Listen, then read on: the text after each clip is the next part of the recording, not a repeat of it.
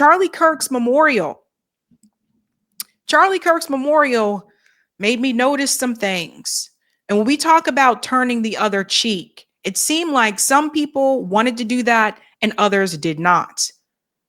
It also is very apparent that some of the statements that were made at Charlie Kirk's memorial, in particular, Tucker Carlson's statement, is now causing backlash. Now Tucker Carlson is being smeared as anti-Semitic because of a story that he recited that is in the Bible. I can't make this up. But I think one of the things that stands out the most was Charlie Kirk's wife and her ability to forgive. And I got to be honest here. I don't know that I would have been ready or able to have that same type of feeling so soon. And I know, for those of us that grew up in the church, they tell you you're supposed to forgive, but I just don't know if I would have been able to do it.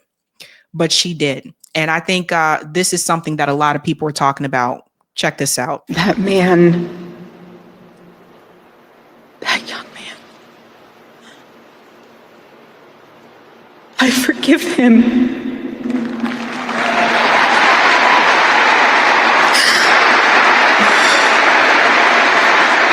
I forgive him because it was what Christ did and is what Charlie would do. The answer to hate is not hate. The answer we know from the gospel is love, and always love.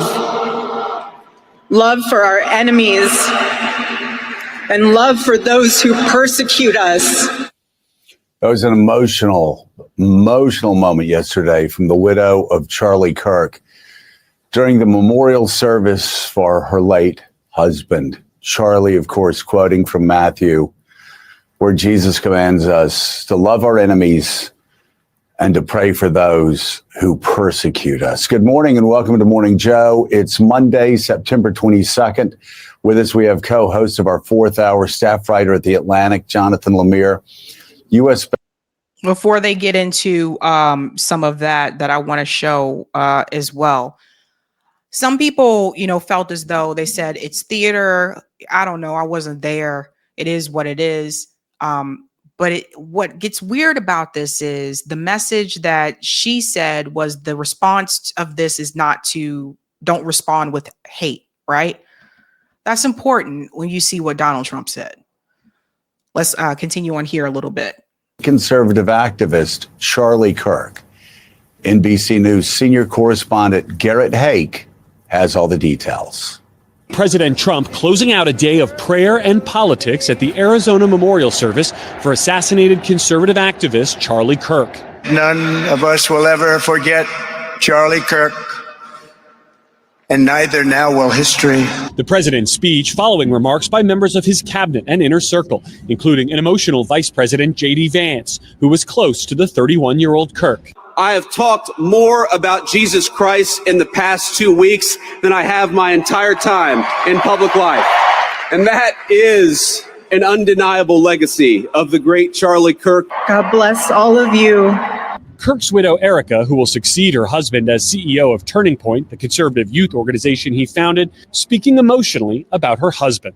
But I will miss him. I will miss him so much because our marriage and our family were beautiful. They still are. So this is something that I want to highlight here that came from the memorial, because it's the exact opposite of what she said. Donald Trump came in and during part of his speech, he decided to make it political. And I really feel like, and you guys let me know how you feel about this, because I really feel like at a memorial service, just keep that out of it, right? Just focus on the person, and I'm not a Charlie Kirk stan. You guys know, like those of you who've been watching me, you know how I felt about Charlie Kirk. But my whole thing is it's like he had to come in and try to make it political. Now, she said the answer to this is not more hate. Listen to what Donald Trump says. Missionary with a noble spirit and a great, great purpose.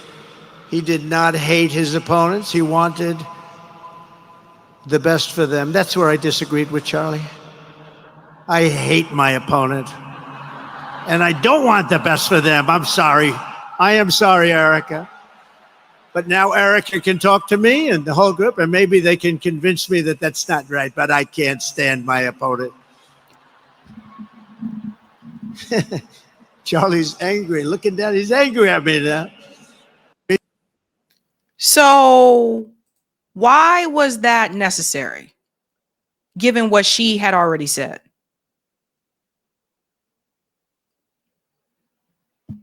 I mean, to me, it's just right. Like during a memorial like service, like why? Right. And it's these things too that Trump keeps bringing up Biden. Like you're not running against Biden no more. You won the presidency. You're not running against Biden. You ain't running against Kamala no more. You won the presidency. You don't have an opponent right now. Like it's just, I don't understand. I don't understand why he had to make it, why he had to go there, why he had to make it political instead of just keeping it focused on the person that it was supposed to be about. Had to come in and say that. A lot of people are talking about that because people are like, why did he have to do that? So she was willing, seems like she is willing to turn the other cheek. This crazy guy, Stephen Miller, is not. This guy is insane. We can call him Psycho Steve. Psycho Steve is not willing to turn the other cheek. And watch what he says here. The storm whispers to the warrior that you cannot withstand my strength. And the warrior whispers back, I am the storm. Erica is the storm. We are the storm. And our enemies cannot comprehend our strength, our determination, our resolve, our passion. Our lineage and our legacy hails back to Athens, to Rome, to Philadelphia, to Monticello. Our ancestors built the cities. They produced the art and architecture. They built the industry. What does any of this, first of all, that's not true. But number two, what does any of this have to do with Charlie Kirk's memorial? Erica stands on the shoulders of thousands of years of warriors, of women who raised up families, raised up city, raised up industry, raised up civilization, who pulled us out of the caves and the darkness into the light. The light will defeat the dark. We will prevail over the forces of wickedness and evil. Let me pause here because I want to make a connection here. Notice what he did here about the light, the people in the light and the people in the dark. Don't forget that's the same thing that Benjamin Netanyahu said about the Israelis and the Palestinians. Don't forget that. By the way, you were pulled out of caves. Where is this coming from? Who was pulled out of a cave?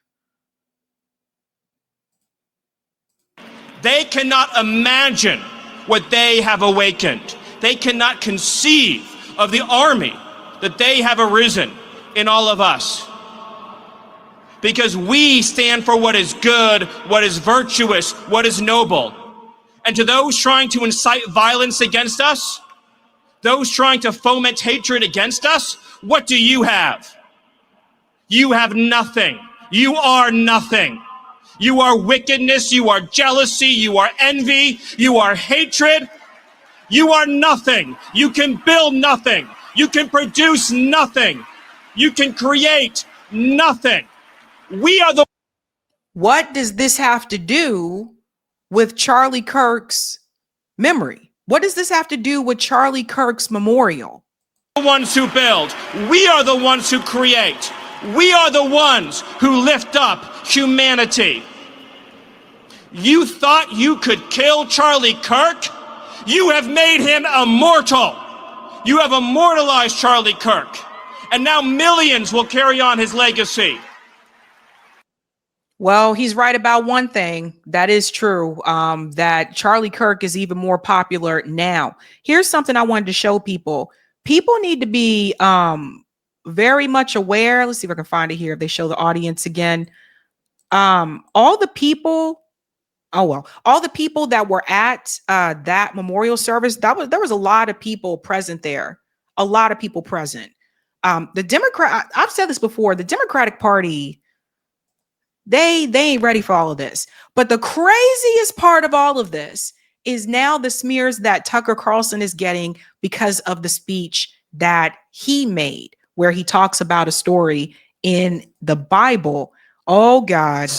Ultimately, he was a Christian evangelist. And it actually reminds me of my favorite story ever. So it's about 2,000 years ago in Jerusalem, and Jesus shows up and he starts talking about the people in power, and he starts doing the worst thing that you can do, which is telling the truth about people, and they hate it, and they just go bonkers. They hate it, and they become obsessed with making him stop. This guy's got to stop talking. We've got to shut this guy up. And I can just sort of picture the scene in a lamplit room with a bunch of guys sitting around eating hummus, thinking about what do we do about this guy telling the truth about us? We must make him stop talking. And there's always one guy with the bright idea, and I can just hear him say, I've got an idea, why don't we just kill him? That'll shut him up. That'll fix the problem.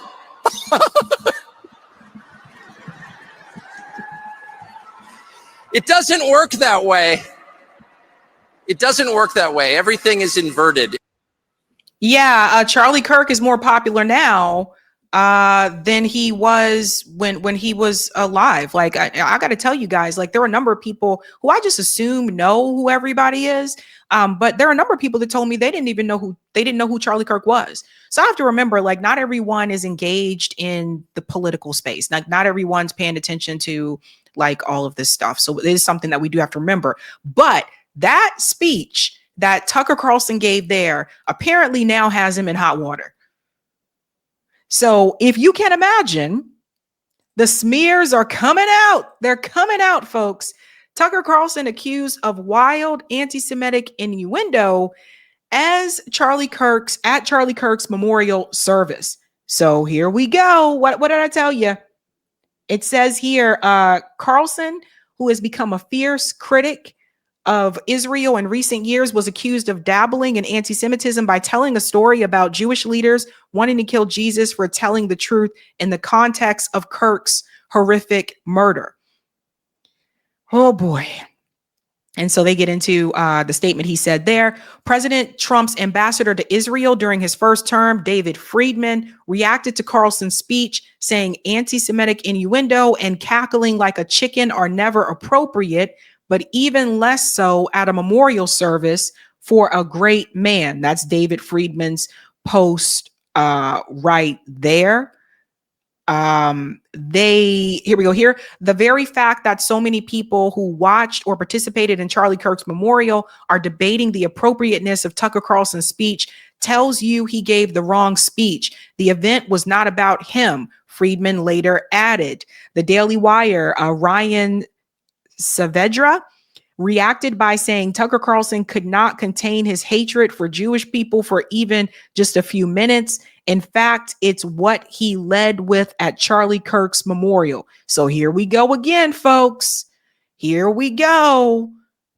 Goes on here to say the condemnation came from across the political spectrum, with many on the left also denouncing Carlson's comments. Carlson, however, did find praise from one of his fellow MAGA travelers, and that, of course, is Marjorie Taylor Greene. Here are some of the other ones.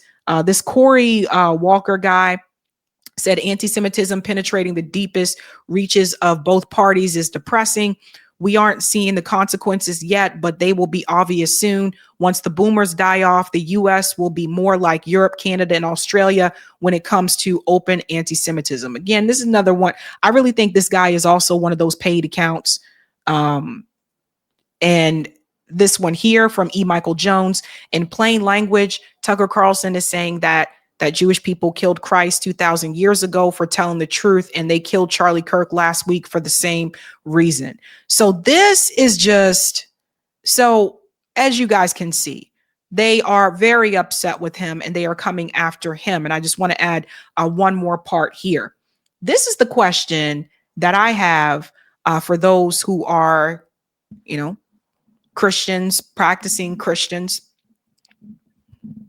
What happens if it gets to a point where Israel has a problem with the Bible? Anybody ever think about that? What happens if it gets to a point where Netanyahu and the Likud party, or whoever takes his place in the future, what happens if they have a problem with the stories in the King James version of the Bible? And what if it gets to the point where they say, you know what? The Bible is anti-Semitic. Some of you may feel like it's far-fetched. I don't think so these days. But what happens? What happens then? It's something to think about. So what I gathered from that memorial is, number one, Charlie Kirk did have a lot of support turnout for him. And number two, I had to ask a question. And honestly, I don't think some people are going to like this answer. I thought about this and I said, if this had happened to a podcaster on the left, and by left, I mean real left, actual left, not these neoliberals, but if that had happened to a podcaster on the left, do you guys think the Democratic Party would have done all this for them? Because I don't think they would have. Hell, they don't like half of us. Actually, most of us. Do you think they would have done anything? Do you think they would have? Because I don't think they would have. They don't even want to go into podcast spaces for the most part. I don't think they would have. It would have just been a blip on the radar. That right there should tell you something too. But it appears that Charlie Kirk's wife is willing to turn the other cheek. Who knows what else she knows? She may know more that she's not going to discuss. And I think we all understand that. But it's also very clear that Donald Trump is not willing to turn that cheek. Something to think about, folks. Something to think about. Hey guys, this was a Sabby clip. If you like what you saw, hit that like button and subscribe.